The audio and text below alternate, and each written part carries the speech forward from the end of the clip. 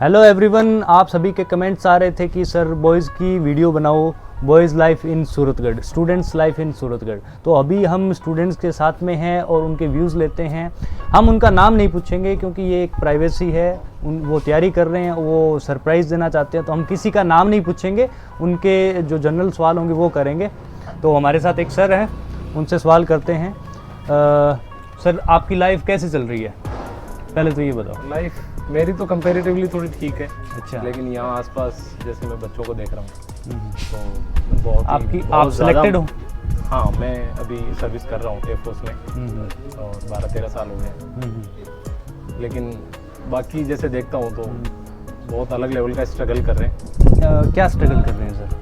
Basically मैं देख रहा हूँ जैसे कई जगह मेरा एक्सपीरियंस रहा है पीछे, दिल्ली के मुखर्जी नगर, करोल बाग से लेके जयपुर, सारी जगह मैं रहा हूँ। अच्छा, आपने यूपीएससी की भी तैयारी की है? हाँ। तो सर ने यूपीएससी की भी तैयारी की है तो आप... लेकिन जितने बच्चे यहाँ सीरियस होकर सिंसियरली पढ़ते हैं, मैंने देखा कहीं भी नहीं पढ़ते। अच्छा। इतना हार्श एटमॉस्फेयर होने के बाद भी और बहुत ही लोअर मिडिल क्लास के बच्चे जो पता नहीं कैसे भी मैनेज करके आ रहे हैं। उनकी आप देखोगे लाइब्रेरीज की टेबल पे तो बिस्किट रखे हुए मिलेंगे, तो चाय बिस्किट जैसे भी खा पी के।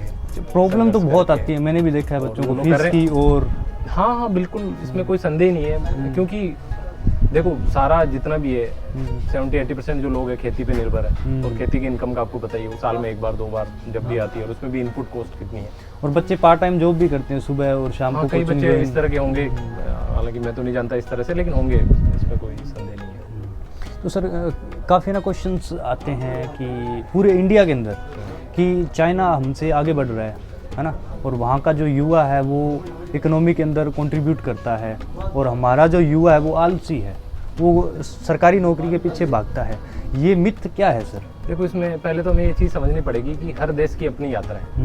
किस देश की यात्रा कहाँ से शुरू हुई है, उसी हिसाब से हम सीधे किसी भी देश को सीधा कंपेयर नहीं कर सकते। बिल्कुल बिल्कुल। जैसे हम 1947 में आज़ाद हुए, अमेरिका 18वीं शताब्दी में आज़ाद हो गया था। बिल्कुल। तो हम अमेरिका को और इंडिया को एक लेमन टर्म में तो कंपेयर नहीं कर सकते। हाँ, बहुत सारी चीज़ें हैं वो कंपैरिजन करने लायक है।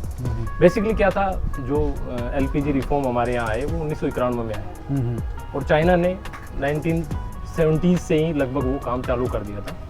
दूसरी एक प्रॉब्लम क्या है चाइना और इंडिया में, देखो आपके देश का जो स्ट्रक्चर है, मतलब आपका देश किस तरह का है। हमारा एक डेमोक्रेटिक कंट्री है, यहाँ कोई भी डिसीजन लेना या काम करना बड़ा ही मुश्किल काम है कि सबकी सहमति, विरोध, धरना, प्रदर्शन। और चाइना एक ऑटोक्रेट कंट्री है, अगर उसको लगता है किसी भी टाइम ऑफ मोमेंट पे कि ये करना जरूरी है, वो वैसा कर देता है। ठीक है, उसको अगर ये कि ये 50 आदमी को ट्रेनिंग देनी है, वो आपको प्यार से बुलाएगा, दे देगा, प्यार से नहीं मानोगे वो जबरदस्ती दिला देगा। तो वो फर्क है हमारे देश में, तो वो बात हमें समझनी पड़ेगी। और रही बात, हर देश की अपनी एक संस्कृति होती है, हमारी भी एक संस्कृति है, उस संस्कृति के हिसाब से कुछ कमी है, कुछ अच्छा ही है, तो उसी के पार्ट्स में हमारी डेवलपमेंट की जो सारी जर्नी है वो मैटर करती है। बिल्कुल सर, आप क्या बनना चाहते हो और क्या योगदान देना चाहते हो? देखो, बेसिकली तो मेरा तो ऐसा मानना है, 17.5 साल की एज में मैं एयरफोर्स में आ गया था। अच्छा, 17.5 जल्दी हो जाती है उसमें, 12th करते ज़्यादा कुछ वैसा था नहीं। और बेसिकली तो नौकरी के लिए आते हैं हम, कोई वैसी अगर बात करेंगे नहीं मुझे तो फौज में जाना था, वो तो जाने के बाद फिर अपने आप वो गुण आप में एटीट्यूड और एप्टीट्यूड दोनों चीज़ें आ जाती है। बट बेसिकली तो नौकरी के लिए तो जल्दी लग गई, भाई ठीक है चले गए। वहाँ जाने के बाद लगा कि हाँ यार, कुछ और अच्छा किया जा सकता है भाई। अपने वापस जब गांव की तरफ देखा, अपने लोगों की तरफ देखा, तो एक मन में विचार आया कि कुछ बेहतर किया जा सकता है। उसी में फिर ये प्रिपरेशन वाली जर्नी शुरू हुई, धीरे धीरे अपनी नौकरी करते हुए उसके साथ में। तो पहले UPSC के लिए दिए, अभी RS के लिए भी पढ़ रहा हूँ। अच्छा, प्रीलिम्स हो रखा है, मेंस के लिए। आपने काफ़ी कंट्रीज भी विजिट कर रखी है, तो एक्सपीरियंस बताना चाहोगे? हमें मतलब यही एयरफोर्स के थ्रू ही। अच्छा, कौन कौन सी कंट्री में गए? मैं बेसिकली सऊदी अरब हो गया, सऊदी अरब, UK हो गया, अपना यूनाइटेड किंगडम हो गया, UAE हो गया, तो इस तरह से इन देशों में जाने का मौका मिला है। अच्छा, मैं UK का आपका एक्सपीरियंस जानना चाहूँगा। UK जो है मतलब शिक्षा के लिए जाना जाता है, वहाँ की जो यूनिवर्सिटीज़ है वो टॉप क्लास यूनिवर्सिटीज़ हैं। तो आप वहाँ गए तो आपने क्या अलग मैंने देखा? एक चीज़ तो जो हमारे यहाँ हिस्ट्री में भी बात की जाती है कि UK का जो सूरज कभी अस्त नहीं होता, ऐसे बोला जाता है इतिहास में। तो वहाँ बेसिकली क्या होता है कि उसकी जो ज्योग्राफिकल लोकेशन हमारे अक्षांश और देशांतर के हिसाब से वो इस तरह की है कि रात को 11 बजे भी आपको ये लगेगा जैसे 6-6:30 बज रहे हैं। अच्छा। हाँ, तो वहाँ क्या रात बेसिकली उतनी गहरी नहीं होती जितनी हमारे यहाँ होती है। तो एक तो ये जो बात मैंने एक्सपीरियंस करी और बड़ी अलग सी बात थी कि अरे यार ऐसे भी होता है। दूसरी एक बात है, हमारे देश की हम आलोचना भी करते हैं और हमें विदेश जाने का एक वो हमारे मन में भी रहता है, लेकिन मैं आपको एक सच बात बताता हूँ, हमारे देश जितनी आज़ादी इस दुनिया के किसी देश में नहीं है, पहली चीज़। हाँ। दूसरी बात ये है कि यूके की जो कंडीशन है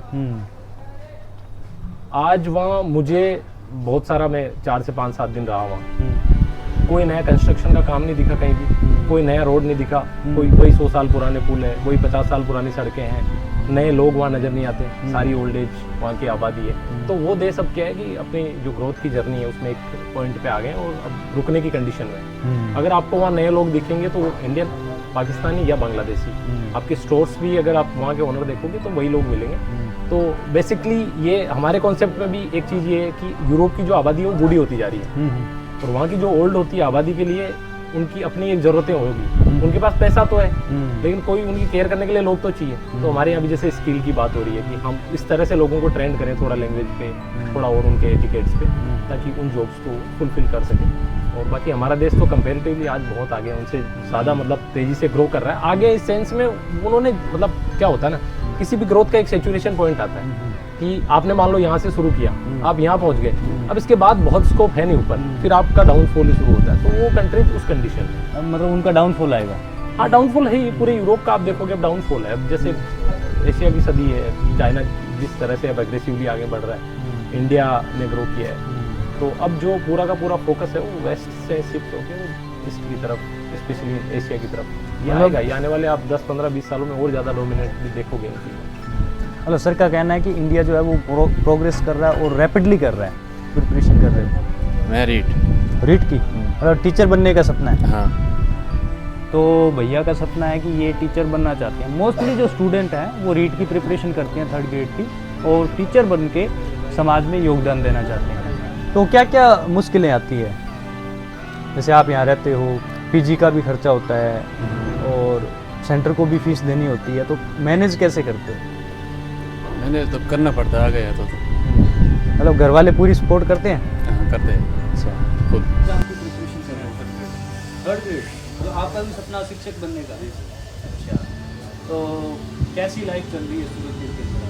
सूरत में वैसे देखो तो विद्यार्थी की लाइफ थोड़ी कठिन है। हाँ, क्योंकि स्ट्रगल लाइफ होती है। विद्यार्थी कहीं भी जा रहे हैं, स्कूल हो चाहे पीजी हो चाहे रूम लेकर रहे तो फिर। अच्छा, तो आपकी एज कितनी होगी? मेरे तो 23 साल। और कहाँ से हो आप? मैं फलूद लोधी से यहाँ आयो तैयारी करने के लिए। उधर सेंटर्स पे देखा जाए तो यहाँ सूरतगढ़ है, यहाँ की कोचिंग और सेंटर्स, लाइब्रेरी और यहाँ का माहौल वो एक टीचर के लिए एक, मैं कहता हूँ कि एक काफ़ी बेनिफिट रहता है तैयारी करने में। जरूर पूरा होगा। सूरतगढ़ में क्या क्या बच्चों को प्रॉब्लम आ रही है? तो प्रॉब्लम तो वैसे तो पढ़ाई लिखाई में तो आती रहती है। तो सूरतगढ़ में बहुत, जैसे हम स्वास्थ्य विद्यापीठ में यहाँ पे बढ़िया है सब कुछ, पढ़ाई का माहौल बढ़िया है।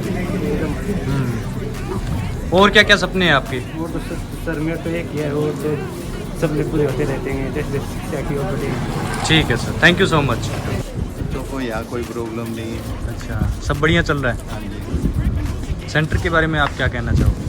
इसके बारे में यही कहना चाहेंगे कि बहुत अच्छा सेंटर चल रहा है, बहुत अच्छी है पढ़ाई हो रही है, बहुत अच्छा। Okay sir, thank you so much. चाय पी के कैसा महसूस हो रहा है? एकदम बढ़िया। हमारा बड़ा भाई है, अच्छा। पहले यहीं भी हमारे साथ में रहता था, हाँ। तो अभी थोड़ा पढ़ाई में कमजोर था तो व्यवसाय की तरफ बढ़ा है, बहुत अच्छी बात है। नहीं, बहुत अच्छी बात है। वो डोली चाय वाला भी वो एकदम से फेमस हो गया, वैसे ही सोमराज जी हो इंडिया जाएंगे। में भी चाय वाली ज़्यादा फेमस है।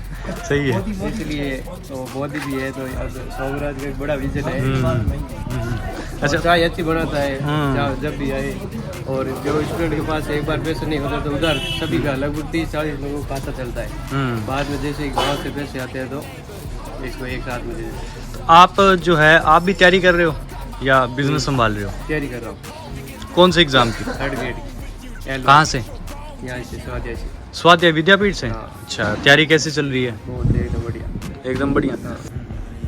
तो शिक्षक बनने का आपका सपना है? जरूर और कहाँ से आए हो आप? सर, मैं आया हूँ फलोदी जाम्बा। लोधी जम्बा से इतनी दूर, हाँ तो आपको क्या क्या प्रॉब्लम और फेस करनी होती है? सर, कुछ नहीं यहाँ पे प्रॉब्लम, तो यहाँ पे कुछ है नहीं, फैसिलिटी तो सब है, हाँ। लेकिन वहाँ से आना, ट्रेन में सफ़र करना बहुत प्रॉब्लम है सर। अच्छा, और बाकी कोई डिस्ट्रैक्शन तो नहीं है, नहीं है सर, जैसे हवाबाजी?